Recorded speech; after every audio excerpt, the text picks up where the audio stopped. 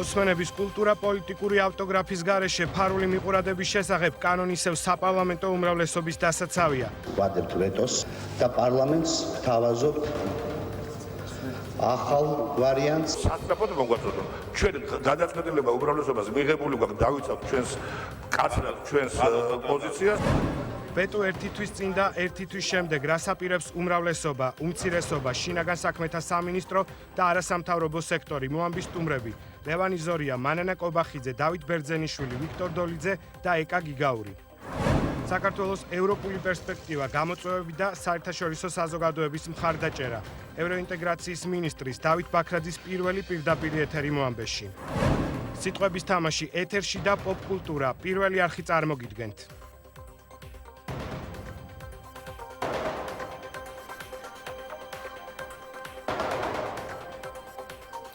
საღამომშვიდობის დღისა და კვირის მთავარი ინფორმაციით პირდაპირ ეთერშია მოამბე 20 საათზე ირაკლი ჩიხლაძესთან ერთად შევაჯამოთ გასული კვირა.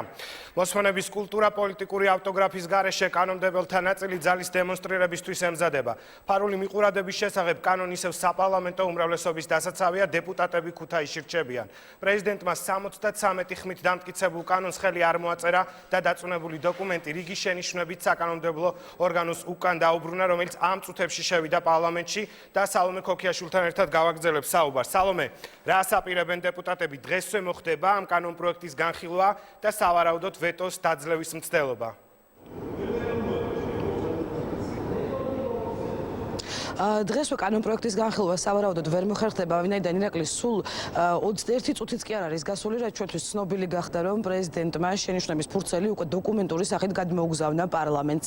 ამ საკითხის განხილვას დეპუტატები უნდა მოგვიანებით დაიწყებენ. პირველ რიგში დღეს უნდა იქნას მოწვეული ბიუროს ხდომა, რის შემდეგაც უნდა გაიმართოს უკვე ადამიანის უფლებათა დაცვის კომიტეტი. რაც შეეხება შეფასებებს, რომლებიც სულ ცოტა ხნის წინ ჩვენ მოვისმინეთ, ბუნებრივია დეპუტატები არ იცნობენ ჯერჯერობით იმას, თუ რა წერია დეტალურად ამ შენიშვნების ფურცელში, თუმცა როგორც ჩვენთვის ცნობილია, უმრავლესობა ამ შენიშვნების გაზიარებას ისედაც არ აპირებს. დღეს უმრავლესობის წევრები ასევე აკრიტიკებდნენ გიორგი მარგველაშვილს იმისთვის, რომ მან დროში გაწელა პროცედურა და გარდა ამისა ისინი საუბრობდნენ იმაზეც, რომ პრეზიდენტი, რომელიც ამ პოსტზე მოვიდა სწორედ ქართული ოცნების რიგებიდან, მის თანაგუნდელებთან ჩაება პოლიტიკურ ბრძოლაში და შეიცვალა პოლიტიკური პლატფორმა.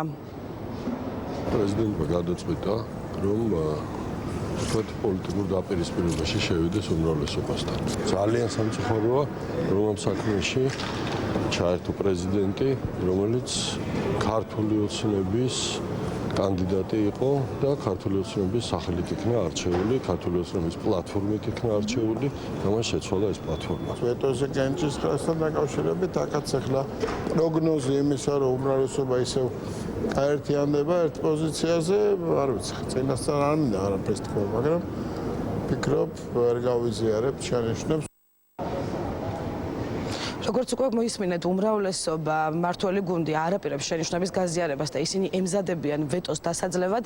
რაც შეეხება უკვე საპარლამენტო უმცირესობის წარმომადგენლებს, ჩვენთვის ცნობილი არის, რომ ვეტოს დაძლევის პროცედურაში მონაწილეობას არ მიიღებენ ნაციონალური მოძრაობის წარმომადგენლები, ასევე თავისუფალი დემოკრატები და როგორც ცნობილია, ასევე ფრაქცია რესპუბლიკელების წარმომადგენლებიც. თუმცა ისინი ამბობენ, რომ ჯერ უნდა გაეცნონ პრეზიდენტის მიერ გადმოგზავნილ შენიშვნებს და იმ შემთხვევაში, თუ ამ შენიშვნების თანახმად გასაღები გავა შინაგან საქმეთა სამინისტროდან, ამ პრეზიდენტის ინიციატივამ შესაძლოა მათი მხარდაჭერა მოიპოვოს. შეიძლება აინტერესებდეს, რომ იმედი მაქვს და თითქმის დარწმუნებული ვარ, რომ მის ტექსტში იქნება ცხადად წარმოდგენილი ის პრინციპები, რაც პარლამენტში უმცირესობას, მაგრამ ამ შემთხვევაში უმრავლესობაში ყოფილ უმცირესობას გაიზიარა, ის რომ ცხადად იყოს ნათქვამი, რომ შინაგან საქმეთა სამინისტროში არ იქნება გასაღები, არც როგორც სამართლებრივი, არც ტექნიკურად. ის ხუთი შავი ყუთი, რომელშიც არის ინფორმაცია, ის არ უნდა იყოს შინაგან საქმეთა სამინისტროში. სამწუხაროდ, როგორც ჩვენს პრეზიდენტმა ვერ გაუძლო ზეწოლას და მან მიიღო ისეთ გადაწყვეტილება, რომელიც ეწინააღმდეგება არა მარტო საღაზრს და იმას, რაც ხალხს უნდა და ხალხი ელოდა, არამედ იმასაც, რაზეც თვითონაც საუბრობდა, რომ მიუღებელია, ანუ კვლავ რჩება შინაგან საქმეთა სამინისტროში მართვის პულტი. ვეტოს დაძლევაში რა თქმა უნდა არ მივიღებთ მონაწილეობას, რადგან ის კანონი, რომელიც მიიღო ნაციონალურმა უმრავლესობამ, ანუ პარლამენტმა, ჩვენთვის მიუღებელია. როგორც გითხარით, სულ რამოდენიმე წუთის წინ შემოვიდა პრეზიდენტის შენიშვნები პარლამენტში. ცოტა ხანში უნდა ჩაინიშნოს ბიუროს ხდომა, ამის შემდეგ გაიმართება ადამიანის უფლებათა დაცვის კომიტეტი, რომელშიც გამოთქმულ შენიშვნებზე იმსჯელებენ, შემდგომ კვლავ ბიურო და დეპუტატები ვარაუდობენ, რომ უკვე ხვალისთვის დაიწყება კენჭისყრა ამ საკითხისა. ხვალ სწორედ დილის 10 საათისთვის ელოდებიან ასევე პარლამენტში პრეზიდენტის საპარლამენტო მდივანსაც, როგორც უკვე მოისმინეთ, მმართველი გუნდი ვეტოს დაძლევისთვის ემზადება. ამ ვეტოს დასაძლევად მათ სჭირდებათ 76 ხმა და მმართველი პარტიის წარმომადგენლები ამბობენ, რომ 76 ხმის მობილიზება მათთვის პრობლემა არ იქნება. მადლობა, სალომე ქოქიაშვილი საუბრობდა პარლამენტიდან პირდაპირ ეთერში, რომლის სამუშაო კვირა ფაქტია გაგრძელდება. ვეტო ერთი თვის წინ და ერთი თვის შემდეგ საქართველოს პრეზიდენტმა ვეტოს უფლება მოსმენების საკითხზე მეორედ გამოიყენა. მარგველაშვილს ამ ნაბიჯს პარლამენტი ჯერ კიდევ გუშინ პროგნოზირებდა და ვეტოს დასაძლევად ძალების მობილიზება გვიან ღამითვე დაიწყო. რატომ არის პრეზიდენტისთვის ბესელია ფოფხაძე სესიაშვილის ავტორობით ცნობილი კანონი მიუღებელი? გიორგი ფუტკარაძე მარგველაშვილის შენიშვნებს გაგვაცნობს. ჩვენ ვერ მივიღეთ სწორი ბალანსი დაცულობასა და ადამიანის უფლებებს შორის. ასე ახსნა პრეზიდენტმა რიგით მეორე ვეტო მოსმენების კანონთან დაკავშირებით. გიორგი მარგველაშვილი კანონდებლებს ალტერნატიულ პროექტს თავაზობს და მისი ინიციატივის გათვალისწინებისკენ მოუწოდებს.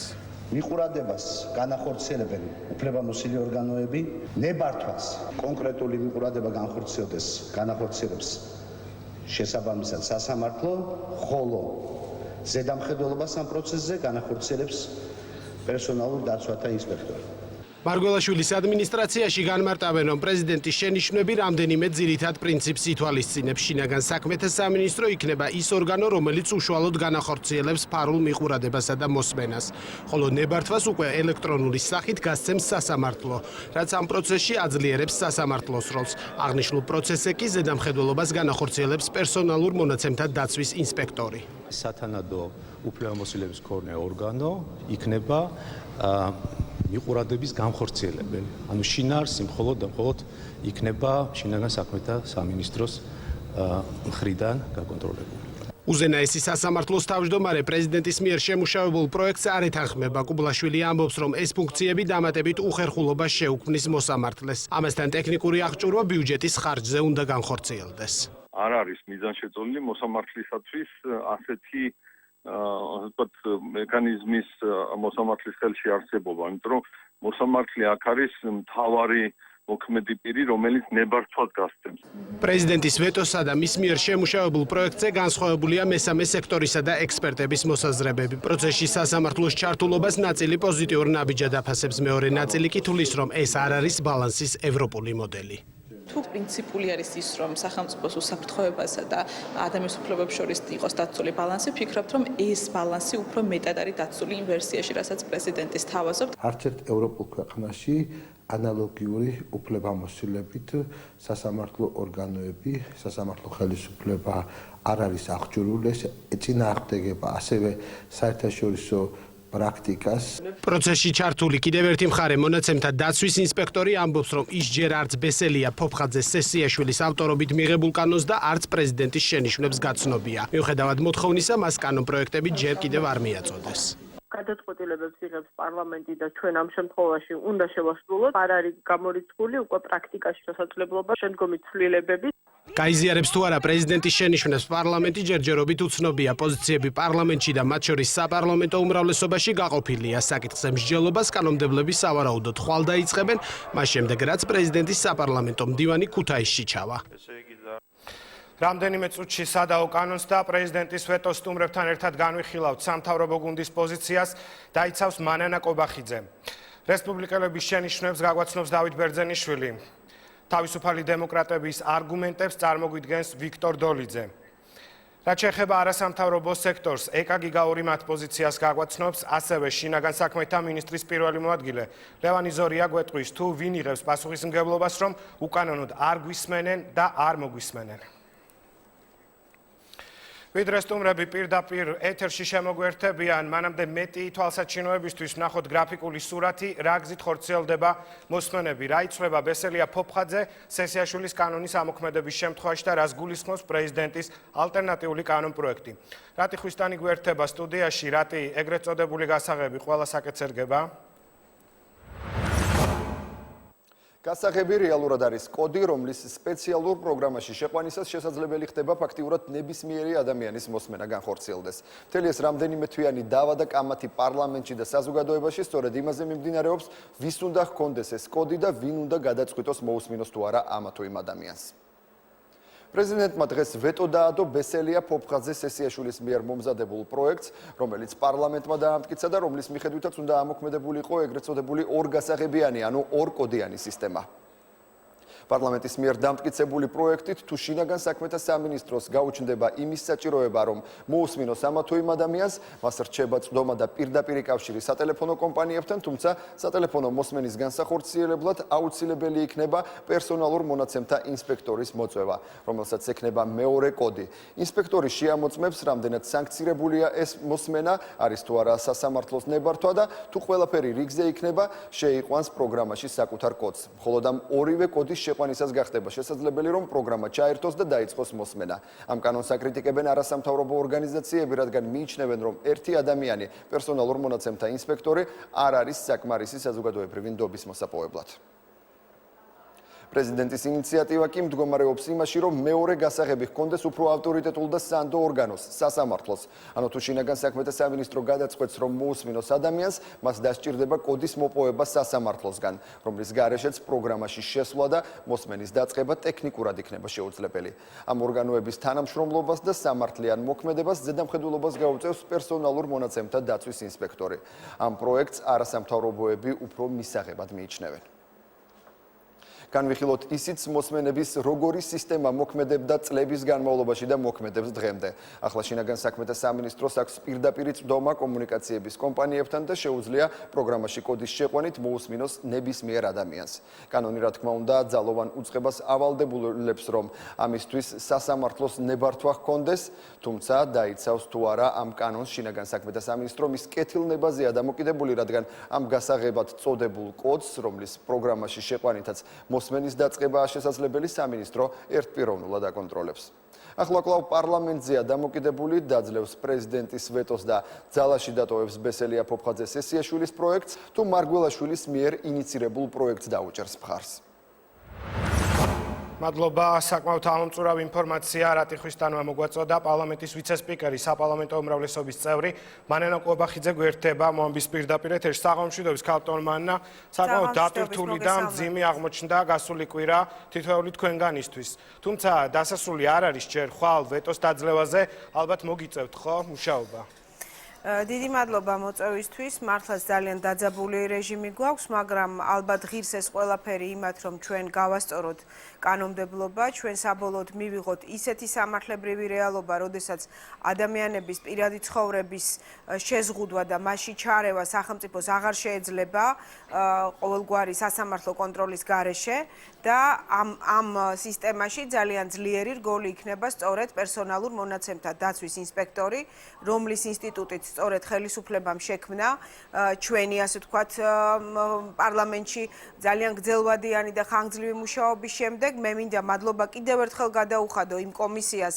რომელიც შექმნილი იყო იურიდიულ კომიტეტთან და რომელმაც ძალიან დიდი შრომა ჩადო მართლაც იმისთვის რომ შექმნილიყო პერსონალურ მონაცემთა დაცვის ინსპექტორი და მასთან არსებული აპარატი იმისთვის რომ სწორედ გააკონტროლოს ძალიან მკაცრად როგორ ხდება პირადი ცხოვრების უფლების შეზღუდვა ანუ როგორ ხორციელდება ფარული მოსმენები და ეს არის ძალიან დიდი სამუშაო, რომელიც უკვე ჩატარებულია, იყო დარჩენილი მხოლოდ ის დეტალი თუ როგორი უნდა ყოფილიყო, ასე ვთქვათ, ეგრეთ წოდებული გასაღები, რაზეც ჩვენ გქონდა ძალიან ცოტა დრო, მინდა გითხრათ, იმიტომ რომ მოგეხსენებათ, წინა ვეტოთი ჩვენ იძულებული გავხდით, რომ 1 დეკემბრამდე, ანუ ძალიან მცირე დროში, სადღაც ერთი თვის ვადაში ჩვენ მოგვემზადებინა საკანონმდებლო ცვლილებები, რომელიც საბოლოოდ ასე ვთქვათ, გაასწორებდა კანონმდებლობაში ყველა იმ ნორმას, რომელიც სრულყოფილ შესაძლებლობას მისცემდა. ვაპირებთ რაიმე რეკომენდაციის გათვალისწინებას, რომელიც პრეზიდენტმა გადმოგიგზავნათ. პირველ რიგში გეტყვით, რომ ჩვენ მხოლოდ ჯერ ის მოვისმინეთ, რაც მოვისმინეთ პრეზიდენტისგან, იმიტომ რომ მე როცა აქ მოვდიოდი, ჯერ კიდევ არ იყო გადმოგზავნილი და თქვენ თვითონ განაცხადეთ, რომ სულ რაღაც 1-2 ალბათ 5 წუთის წინ მოხდა ათვირთვა. მე რაც მოვისმინე, მე შემიძლია გითხრათ, რომ რაც მან განაცხადა, ცოტა სიცხადე აკლდა მის განცხადებას, თუმცა მე მივხვდი იმას, რომ საუბარია მეორე გასაღების გადატანაზე, ასე ვთქვათ, სასამართლოში, რაზეც კომენტარი გააკეთა თავად უზენაესი სასამართლოს თავმჯდომარემაც, ასევე ბატონმა მერაბ ტურავამ, რომელიც სისხლის სამართლის საკმაოდ კვალიფიციური და აღიარებული ექსპერტია არა მარტო საქართველოში, არამედ ევროპაში და მათ ძალიან კარგად თქვეს, რომ ასეთი მოდელი ნამდვილად არ არის, ასე ვთქვათ, გავრცელებული და ეს პრინციპში სერიოზულ პრობლემას შექმნის იმ თვალსაზრისით, რომ პრაქტიკულად სასამართლო ხდება თანამონაწილე აღსრულების პროცესიც, რაც მიმაჩნია, რომ დაუშვებელია. სწორედ ამას აკრიტიკებდნენ ჩვენს კანონში, რომ თუ კი ჩვენ ამ გასაღებს მივცემდით და ჩვენ მივეცით ეს გასაღები ეგრეთ წოდებული პერსონალურ მონაცემთა დაცვის ინსპექტორს, სწორედ კრიტიკა მოდიოდა იმ თვალსაზრისით, რომ ინსპექტორი თან მაკონტროლებელია და თან ის პრაქტიკულად მონაწილეობსო პროცესში. პერსონალურ მონაცემთა დაცვის ინსპექტორი დიდად არ არის ამ გადაწყვეტილებით აღფრთოვანებული. ნუ ჯერჯერობით საბოლოო კომენტარი მას არ გაუკეთებია გაცნობის პროცესია. ნუ ის ჩართული იყო პროცესში იმდენად, რამდენადაც მე ვიცი, რომ ის საკომიტეტო მოსმენებს ესწრებოდა, ის ესწრებოდა სხდომასაც, მასთან კონსულტაციები ჰქონდა ადამიანის უფლებათა კომიტეტის თავმჯდომარეს და ის პრაქტიკულად იცნობს აი იმ მოსაზრებებს, რაც იყო გამოთქმული ჩვენი მხრიდან და იმ გადაწყვეტილებებს იცნობს. ყოველ შემთხვევაში მეორე მოსმენას მე ვიცი, რომ ის ესწრებოდა. ხა თუ საბოლოო ვერსია ჯერ არ უნახავს, ეს მე ვფიქრობ, რომ არ არის პრობლემა. ის პრინციპში ეთანხმებოდა ამ მოდელს. მე მინდა ვთქვა, რომ ის არ არის ერთი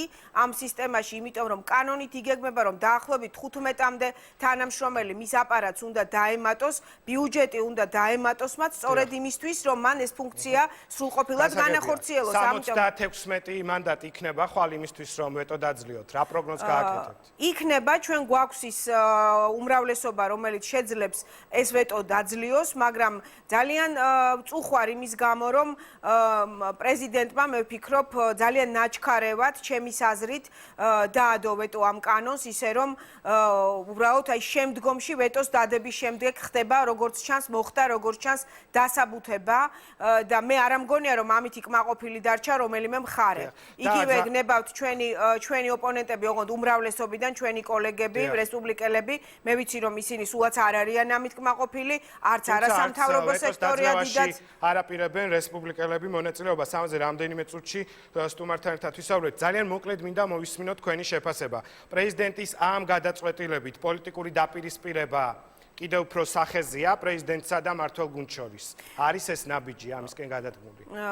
ცხადია, ეს პოლიტიკის სფეროა, როდესაც პარლამენტი, საპარლამენტო უმრავლესობა, ყოველ შემთხვევაში უმრავლესობის უმრავლესობა იღებს გადაწყვეტილებას ძალიან სერიოზული დებატების, ძალიან სერიოზული მსჯელობის შემდეგ და მივდივართ იმ გადაწყვეტილებამდე, რომელიც ნამდვილად გვჯერა და გვწამს, რომ არის ძალიან სწორი და ზუსტი ბალანსია ნამდვილად დაცული ადამიანის უფლებებს, პირადი ცხოვრების თავისუფლებასა და უსაფრთხოებას, საზოგადოებრივი წესრიგის დაცულობას, ქვეყნის ასე ვთქვათ უსაფრთხოების ინტერესებს შორის და მე ვფიქრობ საუკეთესო ბალანსის დაცვის შესაძლებლობა სწორედ ეს იყო, თუმცა რა თქმა უნდა იდეალური არ არის ეს კანონი და ვერც სხვა კანონი იქნება იდეალური, ძალიან სწორად ბრძანა ქალდანმა, რომ მუშაობის პროცესში შეიძლება ცვლილებების შეტანაც იყოს საჭირო, მაგრამ როდესაც აი ამ ხელა შრომის შემდეგ ჩვენ ვიღებთ ასეთ კანონს და პრეზიდენტი აცხადებს, ვეტოს ადებს ისე რომ პრაქტიკულად გაუგებარია მისი შინაარსი და ჩვენ შემდეგ ვიღებთ რაღაც დასაბუთებას, რომელსაც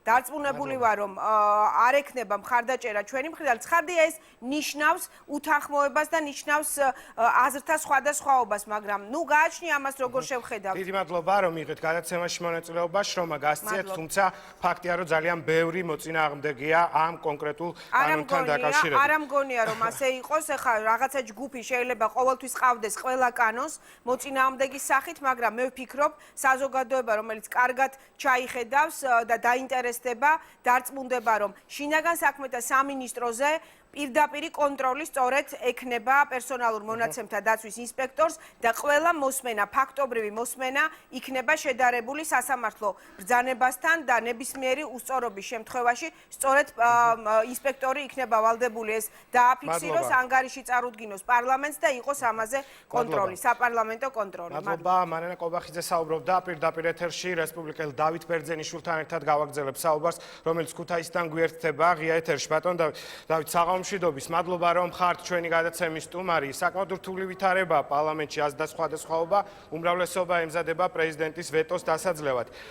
ინფორმაცია, რომელიც ამ დროისთვის გაქვთ პრეზიდენტის შენიშვნებთან დაკავშირებით, როგორ შეაფასებთ? უფრო რეალური არის თუ ეს იქნება გათვალისწინებული თუ ბესელია ფოფხაძე სესიაშვილის კანონპროექტი არჩევანის გაკეთების შესაძლებლობა რო იყოს. მოგესალმებით, მე არ მინახავს პრეზიდენტის ტექსტი, ჟურნალისტებიდან გავიგერო რამდენიმე წუთის წინ შემოსულა პარლამენტში. ბუნებრივია ჩვენ ვიმჟელებთ, ვნახავთ რესპუბლიკელებმა პარლამენტში კენჭნაყარი ბესელია ფოფხაძე სესიაშვილის კანონპროექტის მიმართ ჩვენი მკვეთრი უარყოფითი დამოკიდებულება გამოვხატეთ და ბუნებრივია ამ კანონპროექტის კანონად ქცევაში ჩვენ მონაწილეობას არ მივიღებთ, ანუ პრეზიდენტის ვეტოს დაძლევის ხმებში რესპუბლიკელების ხმები არ იქნება. რაც შეეხება იმას, იქნება გასაზიარებელი თუ არ იქნება გასაზიარებელი პრეზიდენტის შენიშვნები, ეს განისაზღვრება იმის მიხედვით, როცა დეტალურად შევისწავლით ტექსტს. ალბათობა იმისა, რომ პრეზიდენტის შენიშვნები პარლამენტში გაზიარებული არ იქნება, გაცილებით მეტია ვიდრე პირიქით, რადგან ძალიან მობილიზებულია, როგორც ჟურნალისტები ამბობთ, ქალბატონმა მანამაც გაიმეორა ეს ტერმინი უმრავლესობის უმრავლესობა. აი 75-16 ხმის ზღვარზეა პლუს მინუს 1-2 ხმა მეტი, 1-2 ხმა ნაკლები. მოგეხსენებათ. არ ვიცი, ეს ნახოთ 75 ხმა მიიღო პირველი მოსმენის დროს, 74 მიიღო მომდევნო კენჭისყრის დროს და 76 არის საჭირო. ამიტომ ვნახოთ, მე ერთი რამ შემიძლია გითხრათ, რომ 9 რესპუბლიკელი თამარ კორძაია ხმები არ იქნება ვეტოს დაძლევაში, რაც შეეხება სხვა რამდენიმე ხმას, აი ამაზე ბუნებრივია არის დამოკიდებული დაიძლევა თუ ვერ დაიძლევა. არსებითად სხვა რამ არის უფრო მნიშვნელოვანი, რეალურად დიახ გისმენთ. დაასრულეთ და შემდეგ დავსვამთ. გისმენთ. გუშინ პარლამენტის თავმჯდომარემ რესპუბლიკური პარტიის ლიდერმა დავით უსუფაშვილმა ძალიან მნიშვნელოვანი ბევრი რამ თქვა მისი ფრაქციის სახელით გამოსვლის დროს. ჩვენ გვჭირდება სერიოზული რეფორმები სამართალდამცავ სისტემაში და არა მხოლოდ სამართალდამცავ სისტემაში. ჩვენ დავამთავრეთ 2 წელი ხელისუფლობის, წინ გვაქვს კიდე 2 წელიწადი, ჩვენ დავძლიეთ სააკაშვილის ხელისუფლება ყველა დონეზე, ადგილობრივი თვითმმართველობის არჩევნების ასოცირების ხელშეკრულების ხელმოწერის და დეკემბერში 17-ში რატიფიკაცია იქნება ასოცირების ხელშეკრულების ბრიუსელში ევროპარლამენტის მიერ. აი ამ პერიოდით ბუნებრივია ჩვენ გავდივართ ახალ ეტაპზე, ახალ მომდევნო 2 წელიწადზე, ჩვენ გვჭირდება დემოკრატიული მოდერნიზაცია და კოალიცია სჭირდება თვისობრივი გაუმჯობესება. როდესაც თვისობრივ გაუმჯობესებაზე ვსაუბრობთ, რესპუბლიკელები ყოველთვის ვამბობ ერთი წუთით. დიახ. ბატონ დავით, ჩვენ უნდა დავასრულოთ და მე უბრალოდ მინდა თქვენგან მოვისმინო განცხადება, რეალურად ეს კანონპროექტი მაინც ხوار გახდება წყალგამყოფი რესპუბლიკელებსა და ოცნებას შორის კოალიციას გულისხმობ. რესპუბლიკური პარტია მოქმედებს მის მიერ განსაზღვრული პოლიტიკური დღის წესრიგით. ვერც ერთი ან 2 ან 7 კანონი და სხვადასხვაობა რესპუბლიკელებსა და ჩვენს პარტნიორებს შორის ვერ იქნება ბუნებრივია გადაწყვეტილებაზე სერიოზულად გავლენის მომხდარი. ჩვენ ვცდილობთ, რომ ჩვენი ხელისუფლება, ქართული ოცნების ხელისუფლება იყოს უკეთესი და ადეკვატურად პასუხობდეს დროის მოთხოვნებს. დროის მოთხოვნა დღევანდელ ვითარებაში არის მეტი რეფორმა, დემოკრატიული მოდერნიზაცია, გადაწყვეტილების მიღების დემოკრატიული მექანიზმი. ჩვენ უნდა დავძლიოთ სააკაშვილის დანატოვარის ის ნარჩენები, რაც არის სამართალდამცავ სისტემაშიც და სხვაგანაც. დიდი მადლობა, დავით ბერძენიშვილი პასუხობდა ჩვენ შეკითხვებს ქუთაისიდან. ვემშტობებით რესპუბლიკელებს და ვესალმებით თავისუფალ დემოკრატებს და ვიქტორ დოლიძეს, რომელიც ასევე საკანონმდებლო ორგანოდან გვერდება პირდაპირ ეთერში. ბატონ ვიქტორ, საღამო მშვიდობის. როგორ ფიქრობთ თქვენ, რა შედეგით დასრულდება ხვალ პარლამენტში სამუშაო დღე, ვეტოს დაძლევს? ვეტოს დაძლევს უმრავლესობა. ნახოთ, ეს ალბათ უკვე არითმეტიკის საკითხია. ყველაზე მთავარი ჩემის აზრით თავისუფალი დემოკრატებისთვის არის ის, რომ ის რისთვისაც რეალურად ვიბრძოდით. ქართული ოცნება, თითოეული ჩვენი წარმომადგენელი ერთად იმ მანკიერი პრაქტიკის აღმოსაფრთხებლად, რასაც ქვია უკანონო მიყურადება, უკანონო ჩანაწერების გაკეთება და ამ ბოლო წლების განმავლობაში ის რაც მიხეილ სააკაშვილის რეჟიმის პირობებში გაძლიერდა პოსტსაბჭოთა თქვათ ეპოქიდან დანატოვარი, ეს უნდა აღმოგვეფხვრა ჩვენ და ამის რეალური შანსი ნამდვილად არსებობს დღეს. მაგრამ ძალიან სამწუხაროა ჩემთვის, რომ ჩვენი უკვე ძველი პარტნიორები ამას ცოტა სხვანაირად უყურებენ, არანაირ თქვათ პრინციპს არ ეფუძნებიან, ჩემის აზრით, ამასთან დაკავშირებით და რეალურად აპირებენ ხმის მიცემას სწორედ იმ კანონ პროექტისთვის, რომელიც არათუ ინახავს იმ ძველ დანატოვარს, არამედ პირიქით კიდევ უფრო აძლიერებს და აღვივებს იმ განცდას მოსახლეობაში, რომ შესაძლებელია სამართალდამცავ ორგანოებმა რომ მოუვიდეთ თავში და ასევე განახორციელონ პროცესმა სად შეიძლება მიგვიყვანოს? რეალურად რით შეიძლება დასრულდეს ეს დაპირისპირება თუ აზრთა სხვადასხვაობა? იცით რა, შედეგთან დაკავშირებით ჯერჯერობით ვიმსჯელებთ, ეხლა არის პროცესი კი მდგომარეობს იმაში, რომ პრეზიდენტმა დაადო ვეტო, მე ვფიქრობ ძალიან სწორად მოიქცა, მან გამოაგზავნა თავისი ვარიანტი, სულ ახლახანს მოვიდა, მინდა გითხრათ, რამდენიმე წუთის წინ დაიდო საიძე და აქედან გამომდინარე ჩვენ უნდა შევისწავლოთ პირველ რიგში იმ კანონ პროექტი, რომელიც გამოგზავნა პრეზიდენტმა და შემდგომ უკვე გვექნება უკვე კონკრეტული კომენტარის გაკეთების საშუალება ამასთან დაკავშირებით, თუმცა წმინდა არითმეტიკულად უკვე ვიმსჯელებთ, ბუნებრივია რომ უმრავლესობას უფრო მეტი შანსი აქვს რომ თავისი ვარიანტი გაიტანოს და აქედან გამომდინარე დაძლიოს ვეტო, თუმცა რამდენადაც მე ვიცი, უმრავლესობაშიც არის გარკვეული სხვადასხვა მოსაზრებები, რაც არის აბსოლუტურად სწორი და მე იმედი მაქვს, რომ რამოდენიმე ადამიანი მაინც, რამოდენიმე პოლიტიკოსი და დეპუტატი მაინც, რომლებიც სწორედ ამ პრინციპების დასაცავად იბრძოდნენ ოპოზიციაში ყოფნის პერიოდში, აც უკვე ხელისუფლებაში ყოფნის პერიოდშიც პრინციპული იქნება მათი პოზიცია და არ მისცემენ საშუალებას. გასაგები, ანუ უმრავლესობის მცირე ნაწილის იმედი გაქვთ, რომელიც ესე მადლობა. სხვა გზა გვაქვს, აბა, სხვა გზა არა გვაქვს, იმიტომ რომ ამასთან დაკავშირებით მხოლოდ რამოდენიმე პარტია ვართ ჩამოყალიბებული მყარად. მადლობა, ვიქტორ დოლიძე იყო ჩვენი გადაცემის სტუმარი, ვაგრძელებთ საუბარს სტუმრებთან ერთად. პრეზიდენტის ვეტოს წინ უძღოდა არასამთავრობო სექტორის წარმომადგენელთა სტუმრობაავლაბრის რეზიდენციაში ეკაგიგაურის საერთაშორისო გამჭვირვალობა საქართველოს აღმასრულებელი დირექტორი გვეტყვის, რატომ არის იურიდიულად გიორგი მარგველაშვილის ინიციატივა ლოგიკური ქალტონეკა საღამომშვიდობის. მადლობა რომ დაგვთანხმდით ინტერვიუზე. პირველ რიგში ვითხოვ შეფასებას იმ რეკომენდაციებთან დაკავშირებით, რომელიც პრეზიდენტის სახელით უკვე გაიგზავნა პარლამენტში. კიდევ ერთხელ მოგესალმებით, ძალიან დიდი მადლობა მოწვევისთვის.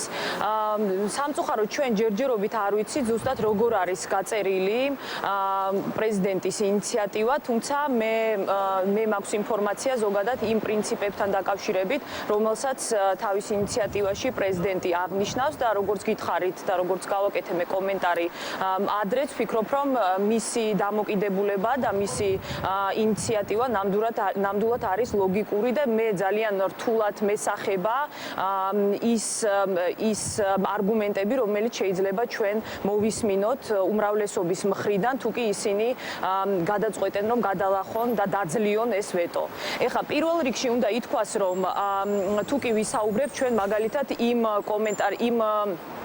გულის ტკივილებით, რასაც ასე ვთქვათ, ბჭყალებში, რასაც ამჟღავნებდა და აჟღერდა შინაგან საქმეთა სამინისტრო და უმრავლესობა. როგორც ისინი ამბობდნენ, ზოგადად ის დამოკიდებულება საზოგადოებისა, რომ თითქოს შინაგან საქმეთა სამინისტრო ყველას უსმენს, ეს ასე არ არის, რადგანაც ეს მოსმენები არ ხდება სასამართლოს გვერდის ავლით. დღეს ჩვენ ვხედავთ პრეზიდენტის ინიციატივაში, რომ ზუსტად ეს გასაღები გადადის სასამართლოს ხელში და შესაბამისად უმრავლესობასაც და შინაგან საქმეთა სამინისტროს არ უნდა ჰქონდეს პრეტენზია ამასთან დაკავშირებით, რადგანაც ისედაც ისინი არ უსმენენ გვერდის ავლით სასამართლოს. დიახ. ბატონო ეკა, საინტერესო იქნება არასამთავრობო სექტორის როლი არის ამ ვეტოსთან დაკავშირებით. თქვენ გუშინ შეხვდით პრეზიდენტს, განიხილეთ საკითხი, ბუნებრივია მთავარი თემა იყო ეს კანონპროექტი, რომელიც უკვე კანონად იქცა. გაითვალისწინა თქვენი რეკომენდაციები, თუ მას ჰქონდა უკვე მყარი არგუმენტი იმასთან დაკავშირებით, რომ აუცილებლად დაადებდა ვეტოს ამ კანონს.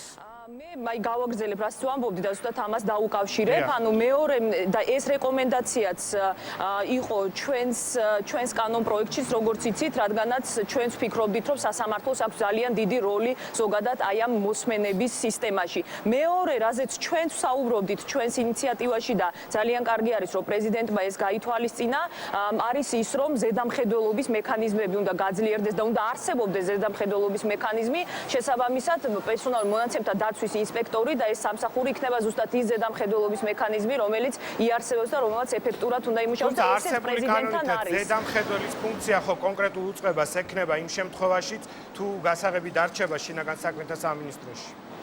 ამ შემთხვევაში გასაღების დატოვება შინაგან საქმეთა სამინისტროში ნიშნავს იმას, რომ მათ ექნებათ პირდაპირი წვდომა მობილურ ოპერატორებში დაცულ ინფორმაციაზე და სატელეფონო საუბრებზე. შესაბამისად, ამიტომ ჩვენ ამას ვეწინააღმდეგებოდით. ეხლა პრეზიდენტის ინიციატივაში საუბარი არის ფაქტიურად ერთ გასაღებზე და ეს გასაღები იქნება სასამართლოში. ვფიქრობთ, რომ ამ შემთხვევაში მართლაც მე უბრალოდ ვერ წარმომიდგენია რა არგუმენტი შეიძლება ჰქონდეს უმრავლესობას, რადგანაც ყველაფერი, რაზეც ისინი საუბრობდნენ, მათ შორის იმაზეც, რომელ არგუმენტსაც ჩვენ არ ვიზიარებდით, რომ თითქოს მობილურმა ოპერატორებმა შეიძლება ეს ინფორმაცია გასცენ სხვებზე, ანუ ესეც გამორიცხულია, რადგანაც პრეზიდენტი ამბობს, რომ მობილურ ოპერატორს არ ექნება გასაღები. შესაბამისად, ეხლა ჩვენთვის გაუგებარია, რატომ არის საუბარი უმრავლესობაში ვეტოს დაძლევაზე. ვფიქრობთ, რომ თუ კი ისინი მართლაც დაძლევენ ვეტოს, ეს იმას ნიშნავს, რომ უბრალოდ ერთადერთ მიზანს ემსახურება მათი ეს ქმედება, რომ პირდაპირი წვდომა დარჩეს შინაგან საქმეთა სამინისტროში, რომ შინაგან საქმეთა სამინისტრომ გამოიყენოს ეს უფლება იმისთვის, რომ მომავალში თუ მას დაჭირდა, უბრალოდ უკანონოდ მოусმინოს კონკრეტულ მოქალაქეს. მადლობა, რომ მიიღეთ გადაცემაში მონაწილეობა. ჩვენ ახლა შინაგან საქმეთა სამინისტროს პოზიციას მოვისმენთ. მინისტრის მოადგილე ლევანი ზორია გვერდება სტუდიაში. საღამო მშვიდობის, რომ ხართ ჩვენი გადაცემის სტუმარი. ბუნებრივია ამ თემაზე ძალიან ბევრი კომენტარი გააკეთეთ, თუმცა მაინც საუბარი დავიწყოთ რეპლიკით და პასუხით. განცხადება, რომელიც ცოტა ხნის წინ გააკეთდა, თუ დარჩება გასაღები, ბუნებრივია ის გააგრძელებს წვდომას და შესაძლოა ეს უკანონოდაც მოხდეს. მე არ მესმოდა მართალია მისი რეპლიკა, მაგრამ პირდაპირი წვდომის საფრთხე დაცულ ინფორმაციაზე უფრო მეტად არსებობს, ვიდრე თუ გასაღები გამოვა. მე გარკვეული კრიტიკა გამოვთქვი დღეს იმ ფაქტთან დაკავშირებით, თუ რა ფორმით მოხდა პრეზიდენტის მიერ ვეტოზე განცხადება, ეს უფრო PR აქციას გავდა, ვიდრე სამართლებრივი დოკუმენტის განმარტებას. და ჩემი კრიტიკაა ძირითადად დაკავშირებული იყო იმ ფაქტთან, რომ ერთგვარი მოუმზადებლობა ეთყობოდა ამ პროცესს.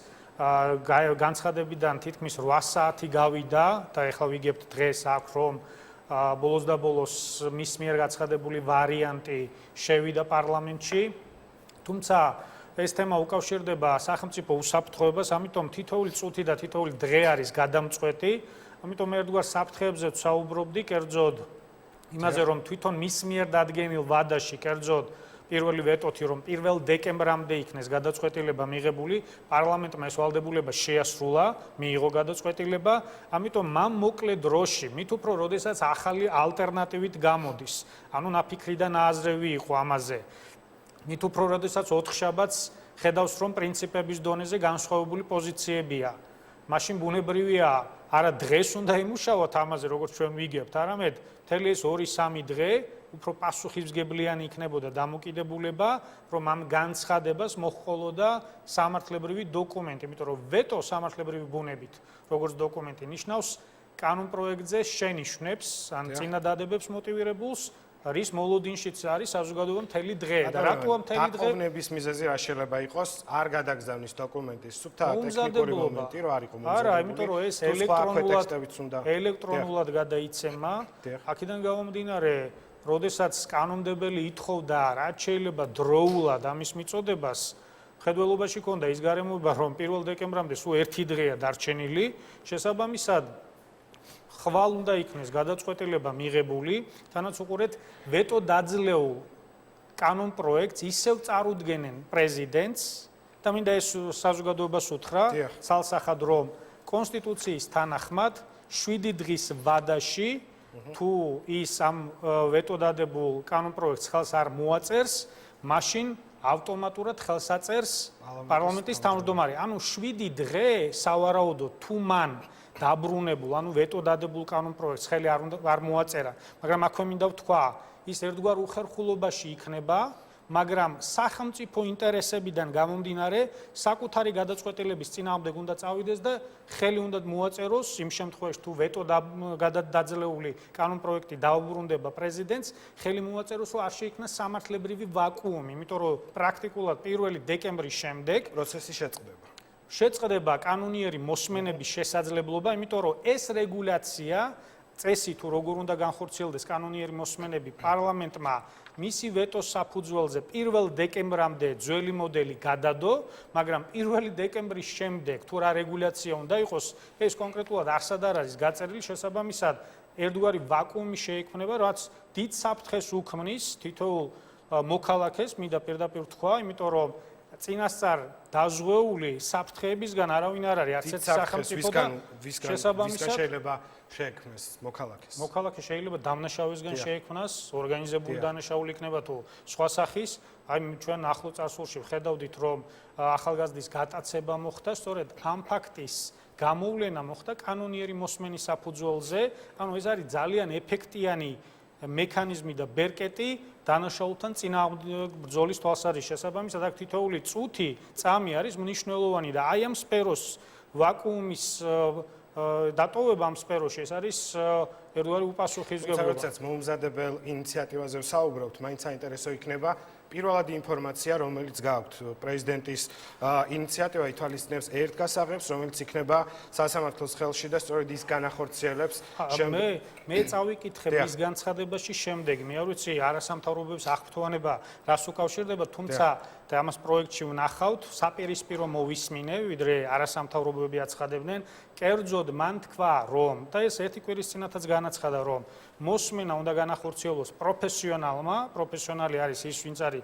სამართალდამცავი და ფარულ საგამოძიებო მოქმედებებს ახორციელებს, მან თქვა დღეს, რომ ეს უნდა იყოს ისევ და ეს იკითხებოდა შინაგან საქმეთა სამინისტრო და პროვაიდერი ტექნიკურად მიბმული, უბრალოდ ჩართვის მექანიზმი უნდა იყოს მოსამართლის ხელში. ამ მიდგომაში აშკარად ჩანს ის აშკარა სხვა და წინააღმდეგობრივი მიდგომა, ვიდრე არასამთავრობოებს ჰქონდათ. მართალია იქ ფიგურირებს სასამართლოსთვის გასაღების მიღწემის ასევე ელემენტი, მაგრამ არსებითი განსხვავება იმაში მდგომარეობს, რასაც მე არაერთგზის ვამბობდი, რომ ყველგან მთელ მსოფლიოში ტექნიკური მიბმა პროვაიდერებთან, ანუ ეგრეთ წოდებული ეს კაბელები, უფრო კონკრეტულად რო დავკონკრეტდეთ, არის სწორედ შინაგან საქმეთა სამინისტროსა და პროვაიდერს შორის.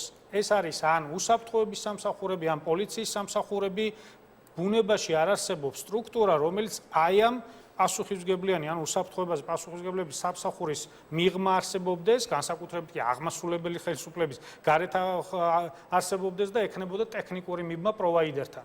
აქედან გამომდინარე, მთავარი კრიტიკა, რაც იდეის დონეზე მოვისმინე, უკვე ალბათ პროექტის დონეზე უფრო კონკრეტულად გავეცნობით, მდგომარეობს შემდეგში, რომ სასამართლო გასცემს ნებართვას კანონიერ მოსმენაზე. მთავარია ამ ნებართვის კონტროლი. და როდესაც ერთ-ერთი პროექტი ითვალისწინებდა პერსონალურ მონაცემთა ინსპექტორის როლს, მხედველობაში ჰქონდა სწორედ ამ ნებართვის გაკონტროლების მექანიზმი. მაგრამ როდესაც შენ ნებართვის გაცემას კანონით მოსამართლეს ავალდებულებ, ამასთან ერთად ამ გასაღებსაც, ანუ ტექნიკურ ჩართვასაც მოსამართლეს აძლევ, ეს იმას ნიშნავს, რომ საკუთარვე ნებართვას ის ვინც ბუნებით მაკონტროლებელია თვითონ აკონტროლებს, რაც ერთგვარი ნონსენსია. ესეც არ არის ესეთი მიდგომა არსად, ამიტომ ვფიქრობ ის ძალიან ეფექტიანი მიდგომაა, რომელიც ითვალისწინებს, აქ ლაპარაკი იყო იმაზე, რომ თითქოს და არავითარ პრინციპი არ არის გათვალისწინებული, მთავარი და უმთავრესი პრინციპი აქ არის შემდეგი.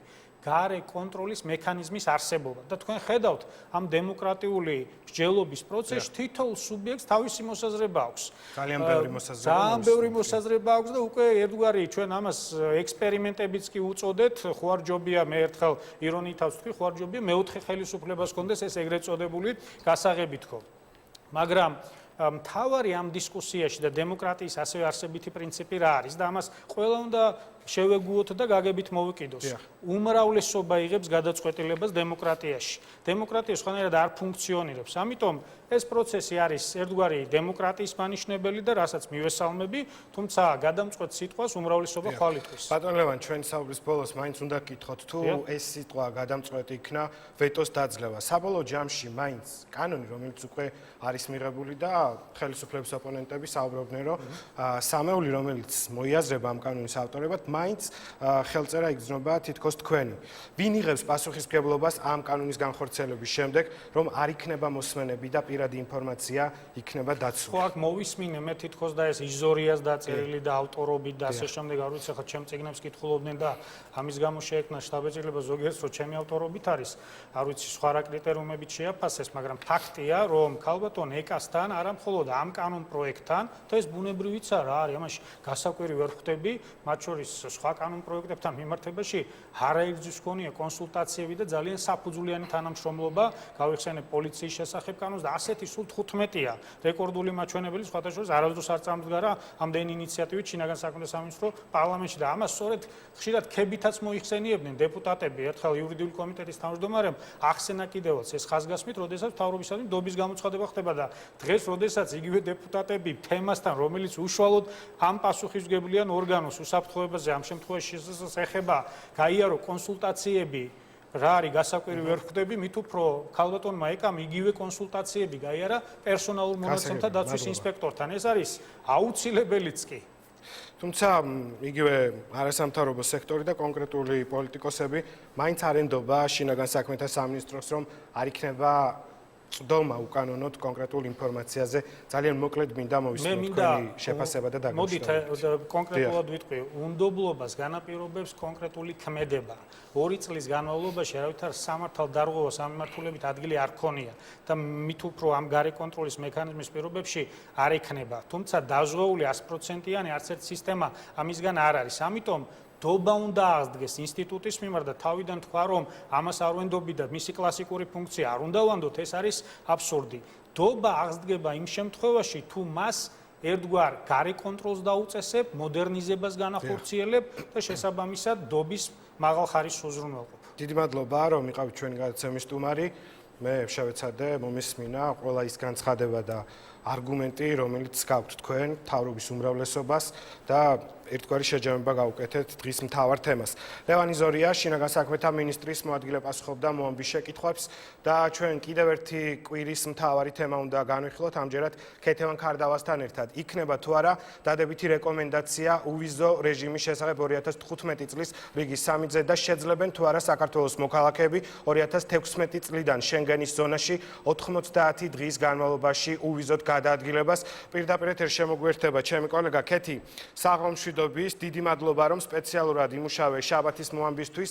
საკმაოდ საინტერესო ინფორმაცია, რომ მიაწოდო ჩვენ საზოგადოებას. როდის შევძლებთ უვიზოდ ევროპის მიმართულებით გადაადგილებას? შეგვიძლია უკვე ვისაუბროთ?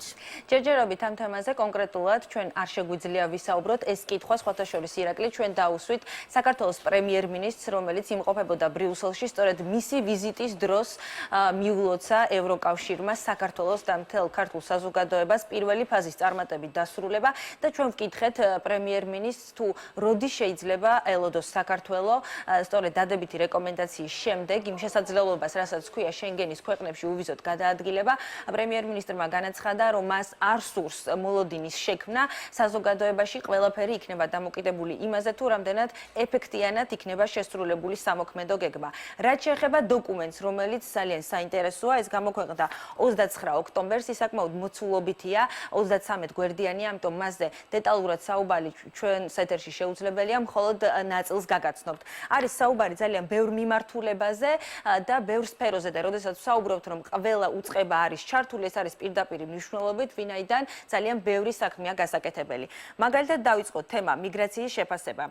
საქართველოს მოქალაქეების მიგრაცია უცხოეთში. შრომითი მიგრაციის მთავარი მიზეზი. დოკუმენტში წერია, რომ არის უმუშევრობა, უმრავლესობას წარმოადგენენ იძულებით გადაადგილებული პირები სამხრეთ ოსეთიდან და აფხაზეთიდან, ასევე ეთნიკური უმცირესობები. მიგრაციის მაჩვენებელი ამ დოკუმენტის მიხედვით 7.8%-ია. კვლევებმა აჩვენა, რომ ოჯახიდან მინიმუმ ერთი წევრი ცხოვრობს და მუშაობს უცხოეთში, მიგრანტთა რიცხვი შეადგენს 140,000, 138,000 2014 წლის მონაცემებით საქართველოში დაბრუნდა. ევროსტატის მონაცემები განახლებულია 2014 წლის ზაფხულში და ჩვენი პირველი გრაფიკა. საქართველოს მოქალაქეებისთვის ცხოვრების ბინადრობის უფლების მინიჭება ბოლო წლებში სტაბილურია და ამას ძალიან დიდი მნიშვნელობა ენიჭება. ევროკავშირის ქვეყნებში მიგრაცია ყველაზე მეტი საბუთი, ეგრეთ წოდებული რეზიდენს პერმიტი, ოფიციალური საბუთი, რაც საქართველოს მოქალაქეს აძლევს კანონიერად დროებით უცხოეთში ცხოვრების უფლებას, გაიცა 2013 წელს იტალიაში და ეს იყო 2573. მეორე ადგილზეა გერმანია, 2013 წელს საბუთი გერმანიაში მიიღო 1284 პირმა. მესამე კი პოლონეთი 1211 ადამიანმა მიიღო ეგრეთ წოდებული რეზიდენს პერმიტი. არალეგალური მიგრაცია საქართველოს მოქალაქეებზე მოდის ევროპაში 18%, 1316 მცდელობა ჰქონდათ საქართველოს მოქალაქეებს საზღვრის უკანონო გადაკვეთის. საქართველოს მოქალაქეების არალეგალური მიგრაციის ძირითადი მახასიათებლებია პოლიტიკური ვითარება, მეორე ძირითადი ტრანზიტული ქვეყანა არის ბელორუსი, ბელორუსთან საქართველოს უვიზო რეჟიმი არ აქვს და ამიტომ მოქალაქეები ძირითადად მიდიან ბელორუსი, პოლონეთის საზღვარზე და სწორედ ამ გზით ცდილობენ ისინი მოხვდნენ ევროკავშირის წევრ სახელმწიფოებში. ბოლო წლებში შეიცვალა იმ ქვეყნების რიცხვი, სადაც საქართველოს მოქალაქეები ირჩევენ, რომელსაც საქართველოს მოქალაქეები ირჩევენ დანიშნულების საბოლოო წერტილად, თუ კი ადრე იყო საბერძნეთი, ახლა გაიზარდა ეს რიცხვი და დანიშნულების ადგილად აირჩიეს უფრო ხშირად გერმანია, შვედეთი და შვეიცარია. და ეს არის ჩვენი მეორე გრაფიკა, სადაც სწორედ ძალიან კარგად არის მითითებული ციფრები და მათი ანალიზით შესაძლებელია, ეს არის ოფიციალურ ვებგვერდზე განთავსებული და ნებისმიერ დაინტერესებულ პირს შეუძლია მას გაეცნოს. მიგრაციის ზრდა და კლება პირდაპირ კავშირშია პოლიტიკურ ვითარებაზე და ეკონომიკურ ვითარებაზე, ამაზეც ხაზგასმა არის დოკუმენტში. კერძოდ მითითებულია, რომ 2008 წელს მიზეზი იყო სამხედრო კონფლიქტი, 2012 წელს კი ხელისუფლების ცვლილება. ევროპოლის მონაცემებით ქართული კრიმინალური დაჯგუფებები აქტიურად ჩართული არიან ყალბისაბუთების დამზადებაში და გავრცელებაში. პოლონეთის და რუსეთის მოქალაქეებიც თავის მხრივ ეხმარებიან მათ არაკანონიერი გზით, რომ დარჩნენ ევროკავშირის ტერიტორიაზე. კერძოდ აქ საუბარია ყალბ ლატვიურ, ლიტვურ, რუმინულ პასპორტების დამზადებაზე და გავრცელებაზე, თაღლითური გზებით მიღებაზე პოლონური ვიზების. 2013 წელს გერმანიაში აღმოაჩინეს არალეგალთა დიდი ჯგუფი. არალეგალური მიგრაციის მიმზიდველი ქვეყნები არის საბერძნეთი, შვედეთი, საფრანგეთი. ჩვენი მეორე გრაფიკა. ყველაზე მეტი უარი საზღვრის გადაკვეთაზე მიიღეს საქართველოს მოქალაქეებმა პოლონეთში 2013 წელს. მაგალითად, ბელორუსი პოლონეთის საზღვარზე უარი ეთქვა 7252 ადამიანს. საუბარია, რა თქმა უნდა, საქართველოს მოქალაქეებზე. უარის მიღების შემდეგ, რომელიც უკავშირდება ძირითადად ვიზის არქონას ან ყალბსაბუთებს, ნაწილი ითხოვს თავშესაფარს, ნაწილი კი ბრუნდება და შემდეგ ცდილობს უკვე სხვა გზით, მაგალითად, ლატვიის და ლიტვის გავლით მოხვდნენ უკვე იმ დანიშნულების ადგილზე, სადაც მათ სურთ, რომ შემდეგ თავშესაფარი მოითხოვონ. მნიშვნელოვანია თავშესაფრების საკითხის და ტენდენცია ამ კუთხით. უვიზო რეჟიმის შესაძლო გავლენა.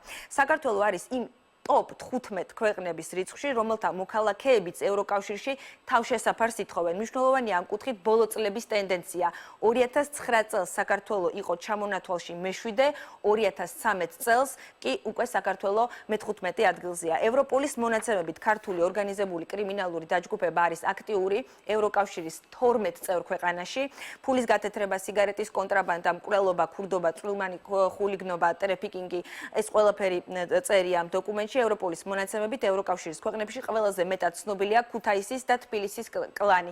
როდესაც დოკუმენტში არის საუბარი ორგანიზებულ დანაშაულზე და მოხსენიებულია ასევე კანონიერი ქურდებიც, იქ წერია, რომ ვიზების ლიბერალიზაციის შემდეგ მათ ახალი შესაძლებლობები მიეცემათ საკუთარი საქმიანობის განხორციელება შეძლებათ უფრო ნაკლებად კონტროლირებად ვითარებაში. ეს არის მოკლე მიმოხილვა იმ დოკუმენტის, რომელიც გამოქვეყნებულია და დევს ოფიციალურ საიტზე და ბოლოს არის მითითება იმაზეც, რომ ევროკავშირი დაეხმარება საქართველოს ფინანსურადაც იმისათვის, რომ სამოქმედო გეგმა შესრულდეს და დროულად მოხდეს კანონების ჰარმონიზაცია ევროპულ სტანდარტებთან, ვინაიდან ჩვენ მივიღოთ ის, რაც ნებისმიერ საქართველოს მოქალაქეს ძალიან სურს, რომ შეგვეძლოთ ვიზების გარეშე ევროკავშირში შენგენის ზონაში გადაადგილება.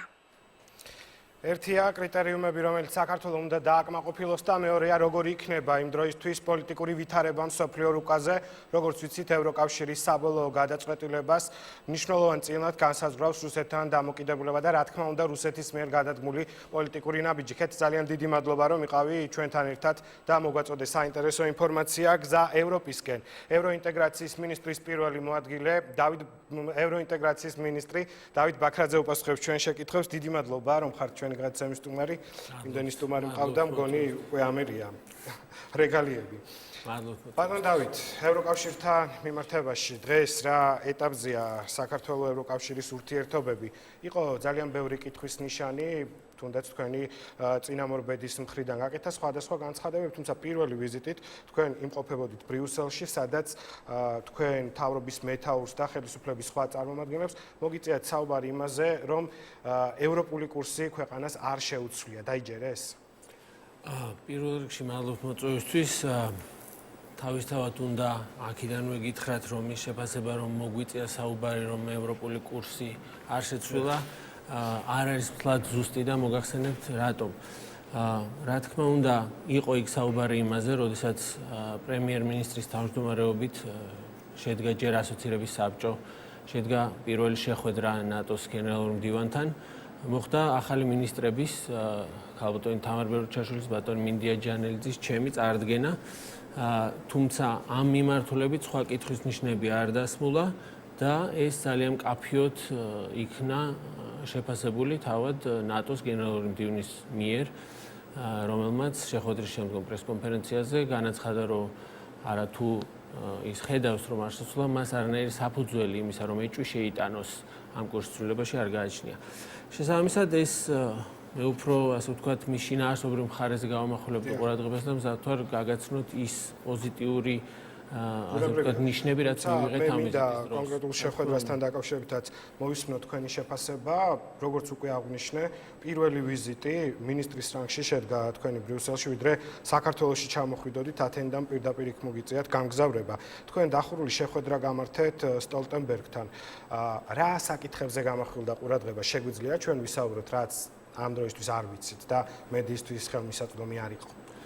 პოზიცია და განწყობა საქართველოსთან მიმართებაში. ახლავე მოგახსენებთ, ესე იგი პირველ რიგში და უმთავრესი ეს არის პერიოდი, როდესაც ჯერ კიდევ ხელმოწერილი არ იყო ეგრეთ წოდებული შეთანხმება რუსეთსა და აფხაზეთის დე-ფაქტო ხელისუფლებას შორის და შესაბამისად საუბრის დროს საკმაოდ მნიშვნელოვანი ნაწილი პატონმა პრემიერ-მინისტრმა დაუთმო იმას, რომ გაეცნო ნატოს ახალი გენერალური მდივნისათვის ის საფრთხეები, რომელსაც შეიცავს ეგრეთ წოდებული ხელშეკრულება ხელმოწერის შემთხვევაში. საუბარი, რა თქმა უნდა, შეეხო არსებითი ღონისძიებების პაკეტს და მისი შესრულების მიმდინარეობას და ამ პროცესში ნატოს მისი წევრი სახელმწიფოების მოკავშირეების აქტიურ ჩართულობას. ეს იყო ძირითადი საკითხები, რასაც დაეთმო საუბარი ნატოს გენერალურ მდივანთან შეხვედრის დროს. ასოცირების საბჭოს პირველი სხდომა გაიმართა. ამ საბჭოს მიმართ საკმაოდ დიდი იყო საქართველოში მოლოდინი თუ რა განცხადებები გაკეთდებოდა, რა შეფასებები იქნებოდა მათი მხრიდან რჩევები, რეკომენდაციები. ძალიან ბევრი მნიშვნელოვანი საკითხი იყო, თუმცა საერთო ჯამში მაინც პოზიტიურად შეფასდა აღნიშნული სხდომა, პირველი სხდომა. რომელ საკითხს გამოყოფდით თქვენ და უნდა იქნეს თუ არა გათვალისწინებული პოლიტიკურ ოპონენტებთან დაკავშირებით გაკეთებული განცხადებები და რეკომენდაციები, რომ შერჩევითი სამართლის ეჭვებიც კი არ უნდა არსებობდეს ქვეყანაში. რა თქმა უნდა. პირველ რიგში ეს მნიშვნელოვნად ეს საბჭო, როგორც თავისთავად მოვლენა იყო ძალიან მნიშვნელოვანი, იმიტომ რომ ეს იყო პირველი ასოცირების საბჭო ხელმოწერის შემდეგ. საქართველოს მას შემდეგ, რაც მოახდინა რატიფიცირება ამ დოკუმენტისა, 80% მისი უკვე გახდა საქართველოს შიდა პოლიტიკის ინტეგრალური ნაწილი, შესაბამისად 1 სექტემბრიდან დაიწყო მისი აღსრულება. სწორედ ეს იქნა წარდგენილი, ანუ ის ნაბიჯები, რომელიც პირველი 3 თვის განმავლობაში გადადგა საქართველოს მთავრობამ ასოცირების შეთანხმების შესრულების თვალსაზრისით და მნიშვნელოვანი აღინიშნოს, რომ ყველა შეხვედრაზე ასოცირების საბჭოზე პირისპირ შეხვედრაზე უმაღლეს კომისართან, პირისპირ შეხვედრაზე სხვა კომისრებთან ერთ მნიშვნელოვნად იქნა აღნიშნული, რომ ასოცირების ხელშეკრულების შეთანხმების შესრულების თვალსაზრისით საქართველოს არის ლიდერი აღმოსავლეთ პარტნიორობის ქვეყნებს შორის. ეს შეეხება როგორც საკანონმდებლო თვალსაზრისით, ასე ვთქვათ, ჩვენი კანონმდებლობის მორგებას ევროპულ სტანდარტებთან, ეს შეეხება იმ პირველობას, რომელსაც საქართველოს, ასე ვთქვათ, რომელიც საქართველოს გააჩნია კომუნიკაციის სტრატეგიის თვალსაზრისით, ჩვენ ვიყავით პირველი, ვინც შევიმუშავეთ სამწლიანი მოქმედების გეგმა. ეს შეეხება კოორდინაციის თვალსაზრისით, ჩვენ ჩამოვაყალიბეთ საკმაოდ ეფექტური დეპარტამენტი ფუნქციონირებს და ეფექტური ქვედანაყოფი პრემიერთან. ეს პროცესი ზოგადად არის ძალიან მნიშვნელოვანი, რომ პრემიერ-მინისტრი თვითონ ხელმძღვანელობს სამთავრობო კომისიას და ასევე ხაზგასმით იქნა აღნიშნული ის მნიშვნელობა, რომელიც გააჩნია სამოქალაქო საზოგადოების პლატფორმის ჩართულობას მთლიანად ამ პროცესში. და რაც შეეხება ევროპულ პერსპექტივას, ამაზე ალბათ ჩვენი მაყურებელი ელოდება, რომ მოისმინოს თქვენი პასუხი, როდის ვაპირებთ განცხადის გაკეთებას, იმიტომ რომ როგორც ჩვენთვის არის ცნობილი, მაგალითად მოლდოვა 2015 წელს უკვე აპირებს მოითხოვოს წევრობა. ამ თვალსაზრისით უნდა გაგიცხადოთ, რომ ზოგადად რაიმე კონკრეტული თარიღების მიბმა რაღაც ღონისძიებებზე ეს თავისთავად არ მიმაჩნია სწორი მიდგომა, ეს გარკვეულ წნეხს ატარებს არა მარტო მთავრობაზე და მთავრობა მზად არის ამ მიმართულებით და ჩვენი მთელი ძალისხმევა ამითკენ არის ამ მიმართულებით არის ასე ვთქვათ მიმართული, მაგრამ ეს წნეხს ატარებს თავად ევროკომისიის მეორე მხარეზე, რაც არ ეხმარება თავად ამ პროცესს. შესაბამისად, კონკრეტული თარიღების, ასე ვთქვათ, დასახელებისგან თავ შევიკავებ, მაგრამ ყურადღებას გავამახვილებ სხვა მიმართულებით, რომ პროცესი, რომელშიც ჩვენ ახლა შევედით, ეს არის ასოცირების შეთანხმების იმპლემენტაცია. ეს არის ღრმა და ყოვლისმომცველი თავისუფალი ვაჭრობის სივრცის შეთანხმება. ეს არის ის ინსტრუმენტები, რომლითაც საქართველო ტრანსფორმირდება, რომლითაც საქართველო განიცდის პროგრესს და ეს თანდათანობით ყოველდღიურად სულ უფრო მეტად და მეტად ხელშესახები უნდა გახდეს თითოეული მოქალაქისთვის, თითოეული მცირე საშუალო ბიზნესის მფლობელისთვის, რომელსაც შეექმნება ხელშემწყობი პირობები, მათ შორის ევროკავშირისგან, ჩვენი მთავრობისგან, რომ მათ მოახერხონ ევროპულ ბაზარზე გასვლა და ის ინსტრუმენტები, რომელიც ჩვენ პოლიტიკურად უკვე მოვიპოვეთ, იყოს მათთვის ხელმისაწვდომი და მომგებიანი. რაც შეეხება სავიზო ალბათ ერთ-ერთი ყველაზე მნიშვნელოვანი და საინტერესო მიმართულება. ამ საკითხთან დაკავშირებით, როდესაც გადმოგვეცა ჩვენ სამოქმედო გეგმა, ვიზა ლიბერალიზაციის სამოქმედო გეგმა, იქ საკმაოდ მკაფიოდ არის გაწერილი ის თარიღები, ის თანამიმდევრობა, რომლის მიხედვითაც საქართველო უნდა გაყვეს მის იმპლემენტაციას, მის შესრულებას. როგორც მოგეხსენებათ, პირველი ფაზა საკმაოდ წარმატებით დასრულდა.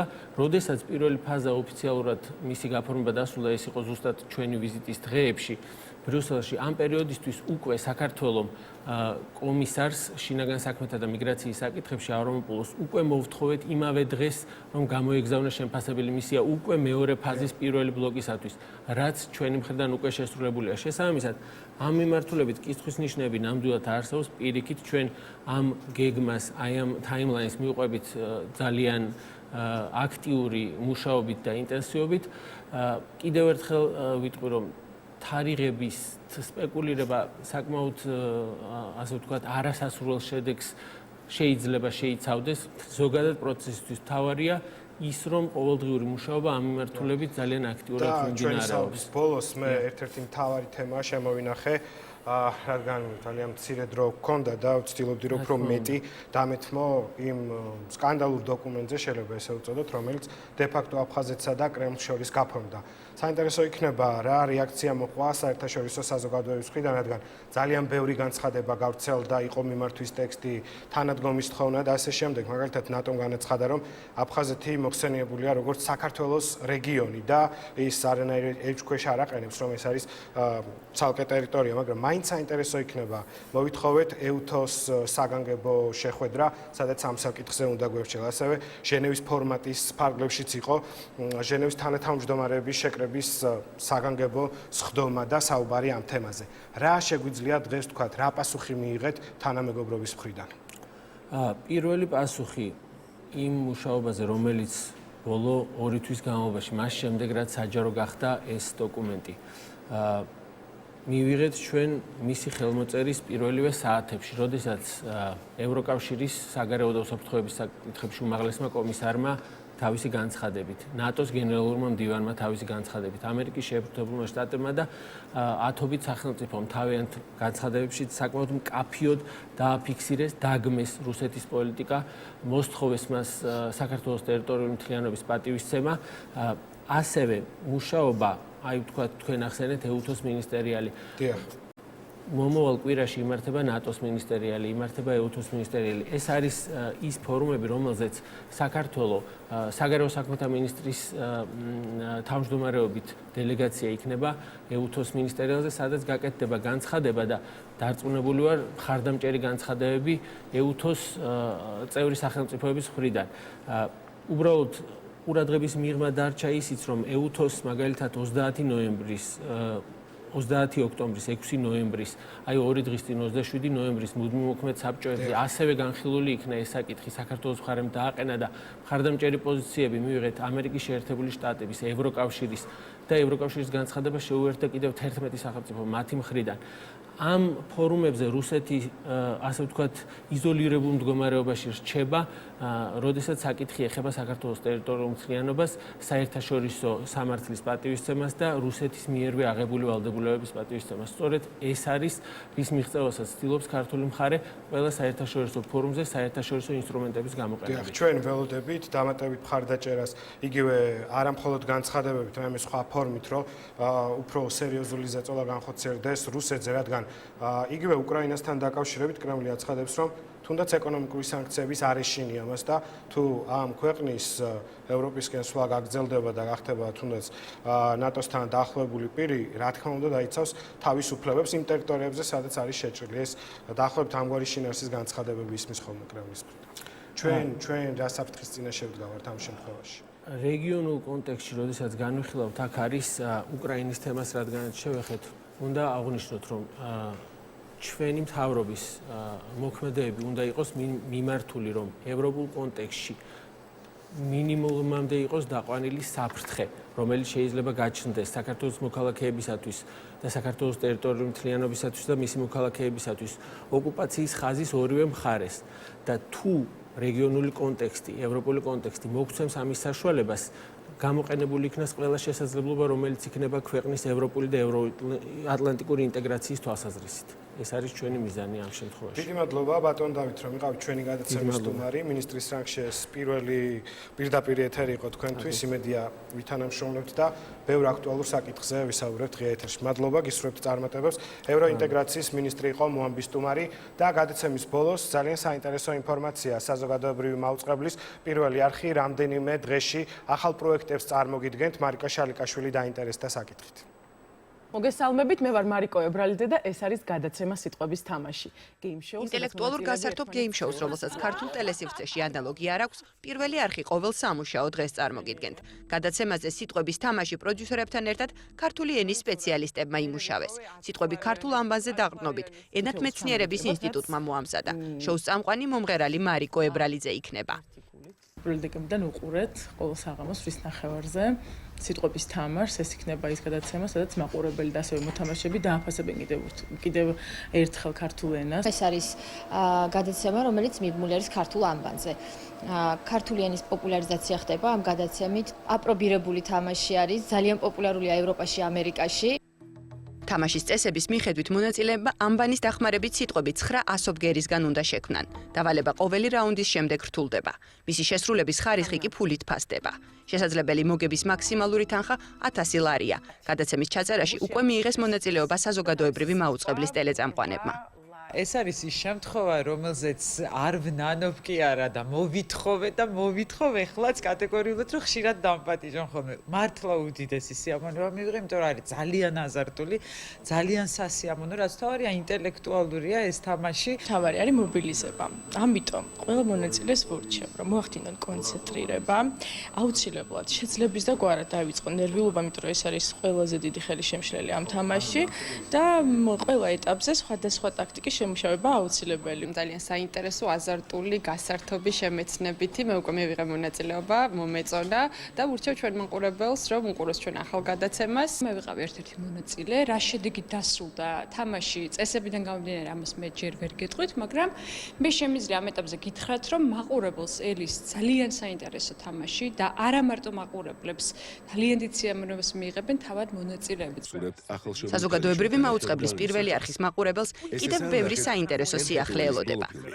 7 დეკემბრიდან პირველი არხის მაყურებელი კიდევ ერთ ახალ გადაცემას იხილავს ჩვენს ეთერში. ეს იქნება ყოველდღიური გადაცემა, ყოველ სამუშაო დღეს.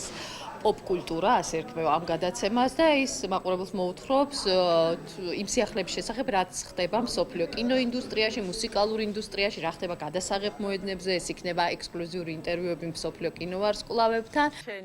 ინტელექტუალური თოქ-შოუ სიტყვების თამაში ეთერში 1 დეკემბრიდან გავა. გადაცემა პოპკულტურას კი მაყურებელი 7 დეკემბრიდან ნახავს.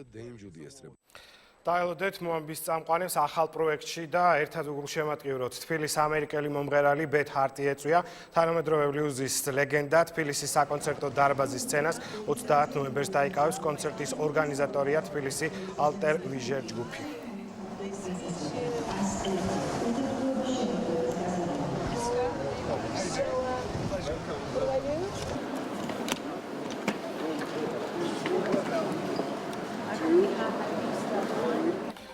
ჩვენი მთავარი შეკითხვა იქნება, დაძლევს თუ არა პარლამენტი ვეტოს საღამოს 8-ზე შევხვდებით ერთმანეთს. ნახვამდის.